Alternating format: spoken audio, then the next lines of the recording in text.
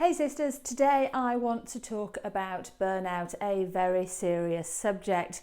Now, we often ask people how they are and most of us reply with "I'm fine," which someone said to me stood for feelings inside not expressed. That could be the case with lots of people.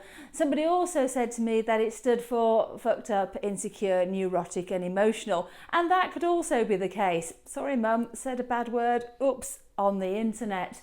But burnout is a very serious subject, and sometimes I think not so many of us are as fine as we say we are. So let's have a conversation about burnout.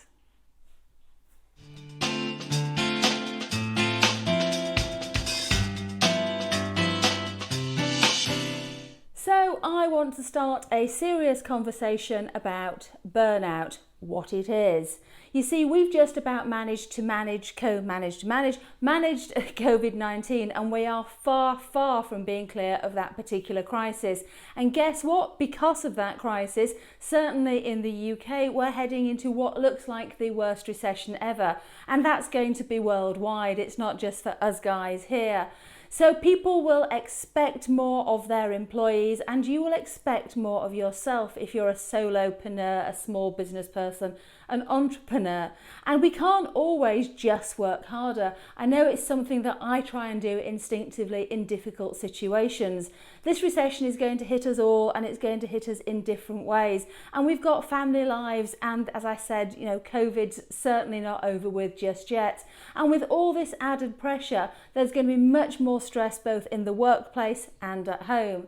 So if you're working for somebody else, or even if you're working for yourself, getting those times and those moments that can relieve your stress will be much more important nowadays.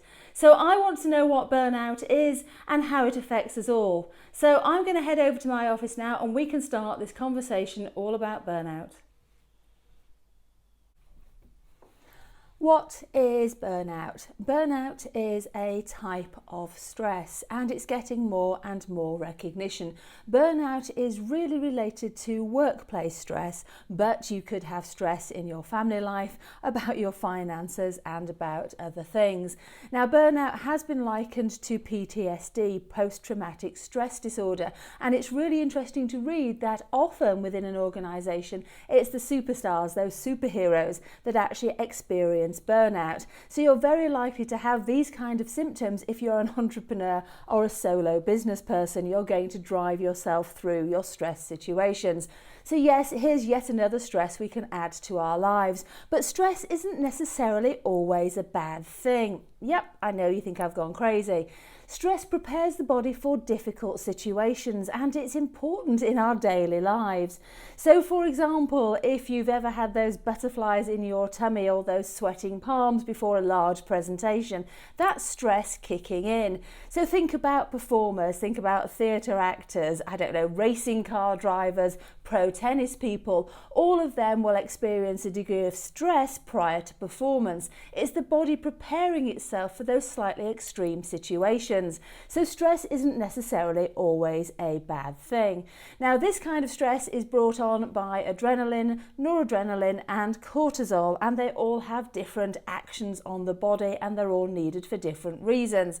So let's say you're driving along and somebody comes along and cuts you up. You actually need to take quick, decisive action. So cortisol will provide the body with lots of energy, which it will need, and adrenaline and noradrenaline will actually make you think quickly and react quickly. So in those kind of situations, these stress hormones are perfect. They're exactly what you need. Now, the problem is if these stress hormones don't go away after those particular situation. So after the presentation or after that hot date or that job interview, if you've still got these stress feelings, then that could be something that's heading towards burnout. It's the inability of the body to sort of let it go, she said, turning into a children's film, let it go. So if you're continuing to feel these stress symptoms, then yes, it could head towards burnout. Now, stress comes in different guises. You can be stressed, you can have chronic stress, etc. But what happens with burnout is it goes through 5 pretty much distinct stages. So if you're sort of feeling feelings of lack of recognition, etc. at work, then yeah, burnout could be a problem for you. So the first stage of burnout, if we're going to name the stages, actually is called the honeymoon stage. Yes, I know it sounds counterintuitive. So if you are in the office, if you're in your work situation, whatever it happens to be, and you've got a new project, a new task issued to you, and it's something you're looking forward to, or you're going to do something you've enjoyed doing in the past, then yes, actually you can feel quite excited and looking forward to the prospect. The challenge comes when you actually start this project and those old feelings of stress reappear.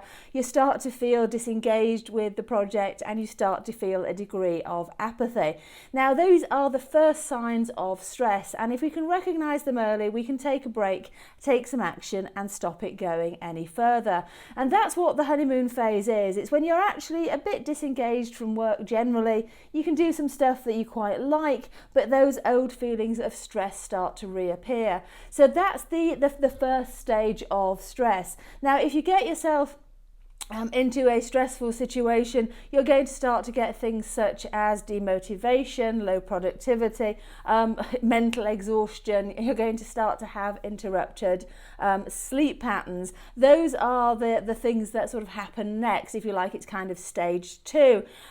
Some days actually are going to be much more difficult than others, and that's how you start to recognize it. You kind of have these highs and these lows.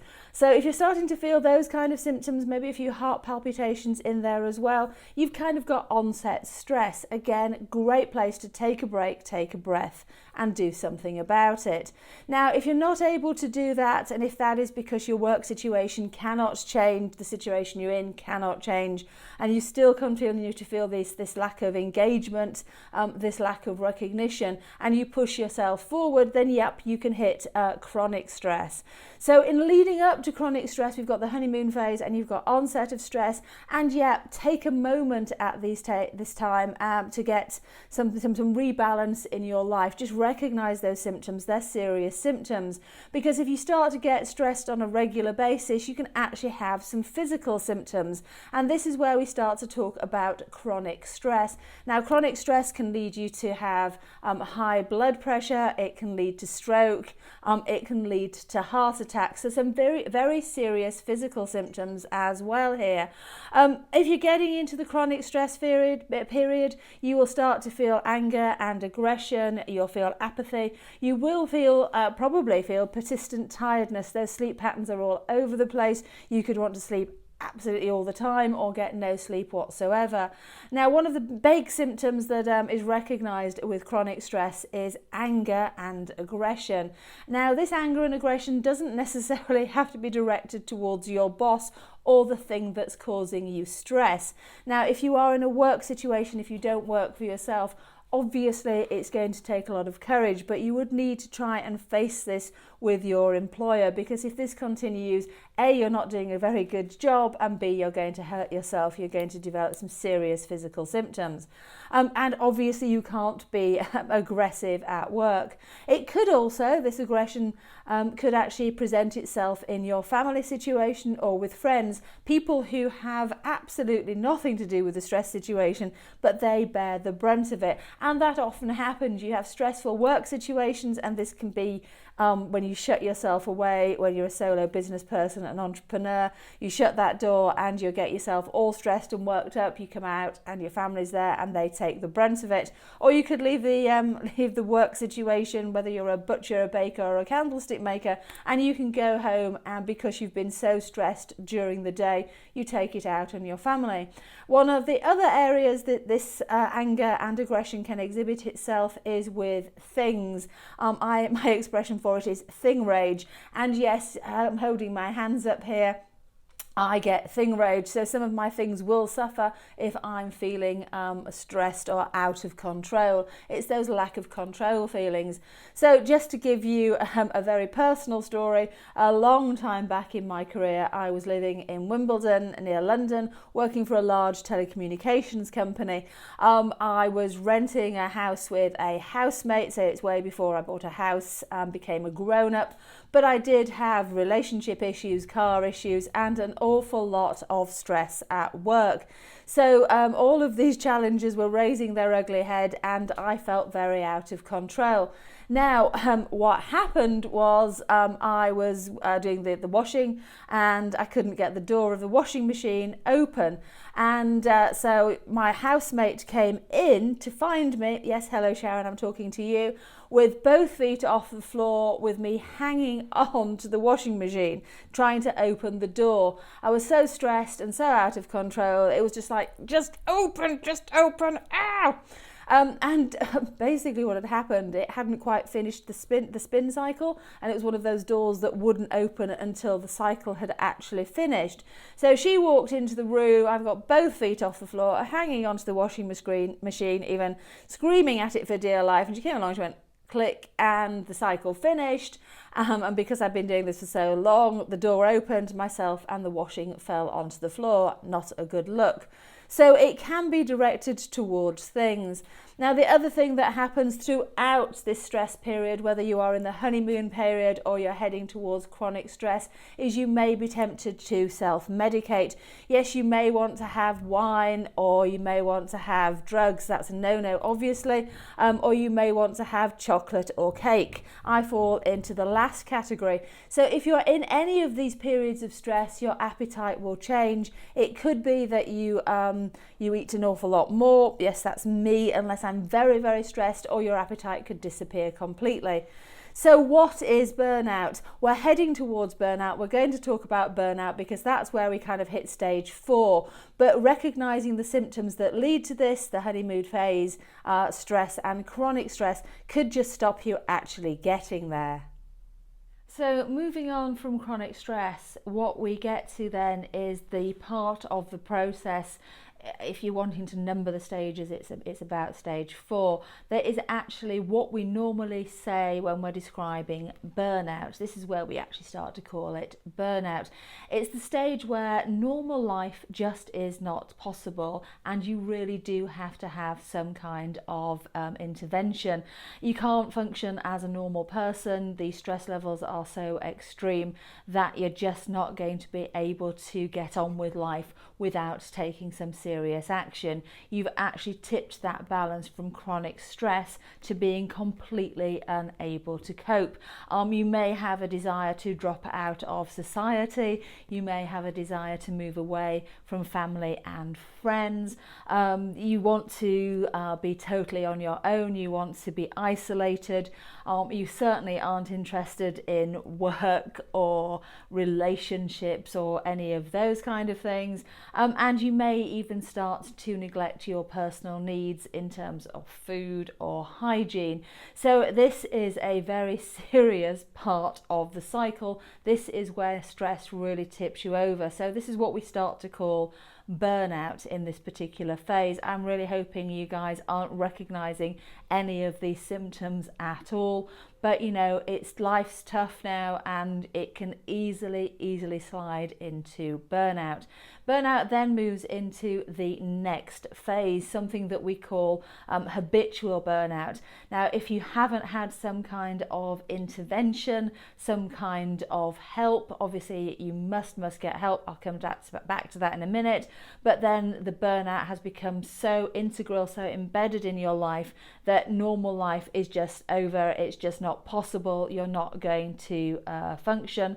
At this point, you will have significant physical and emotional problems, and it's not just occasional stress. And this is, you know, burnout and habitual burnout. This is what we refer to as burnout as a whole. You'll get things like chronic sadness, chronic physical fatigue. So it's not just those feelings of not wanting to get up in the morning. You really won't be able to get up in the morning. And you'll have complete mental fatigue as well. It won't just be those periods of mind fuzz, being unable to get those word sayings, do the stuff, think of the shopping list and all the things you've got to do. It's total chronic mental fatigue where your brain just can't function at all. It really has got to a point where the only thing it can do is probably do the parasympathetic nervous system. You know, you're breathing, you're functioning, you're merely existing. So those are the 5 stages as recognised that lead us to burnout. And as I say, I really hope that if you're having any of those symptoms, I've helped by pointing them out to you. You must get help if you are feeling stress in any form whatsoever. You certainly should be going to see a health professional and talking about the symptoms you're experiencing. There is no shame in it, and it won't go away on its own. Now, there are some things we can do about burnout, and I'll talk about those a little bit later on. So why might we start to experience burnout? As I say, it's a feeling of lack of recognition and it's a feeling of lack of control. But our world of work has changed significantly. Lots of people are working alone now, and that puts particular pressure on you. I think that work has moved from the office to be part of our whole lives. So that work-life balance that maybe we used to have because we couldn't be got hold of at all hours of the day may have changed. I don't know about you, but I answer my emails and my texts and my messages, and I'm checking social media pretty much all of the time. Somebody wants to get hold of me, I respond. We've become so much more responsive, and it is expected of us to be so. The world of work's changed an awful lot. I think as women particularly, we may have particular challenges. I know it's the wrong thing to say, it's not politically correct, but I think we do have to work that little bit harder in order to keep up with the boys in terms of being recognised. If you work alone, I think actually you've got no one to call you on it, particularly if you are an entrepreneur or a solo business person. Building that empire or simply putting food on the table will force you to work harder and harder and harder. And just because you're working from home doesn't mean you don't shut the door and you don't have access to your family, to being able to take a break. So the world of work has changed enormously, and being able to simply hide, being able to get away from it has become much more difficult. So burnout and stress are not things that are necessarily going to be done to you by somebody else. Yes, you can have a boss you dislike, you can have a project you don't want to do that can tip you over the edge in a stressful situation. And if you are an employer, you have a duty of care to look after your employees in terms of their stress levels. But everybody needs to have a break between home and work. Just a day off a week, just finding something to do that can mentally recharge those batteries is hugely important, and not being as available as perhaps everybody expects us to be will give you that little bit of a mental break. So I go on to talk about some of the work-life balance things, what you can do about burnout in some of my other videos, but I hope that's given you a sense of what it actually is. What are the symptoms, how you can recognise you're getting really stressed, and how you can hopefully stop it for yourself before it leads to something much more serious. Well, I hope you found this video to be useful as an introduction to what burnout actually is. If you have, liked is the wrong word, but if you found this video useful, please give me a thumbs up, and please subscribe to my channel, because I've got lots more information about work-life balance, and I've got lots more information about burnout and stress coming up. If you want to continue this conversation, join me over on Facebook at the Brainy Biscuit, or head on over to my website where I blog every week, and I certainly have blogged about confidence, burnout and stress over there. So it's been great chatting with you. I hope to chat with you again soon. In the meantime, please take care.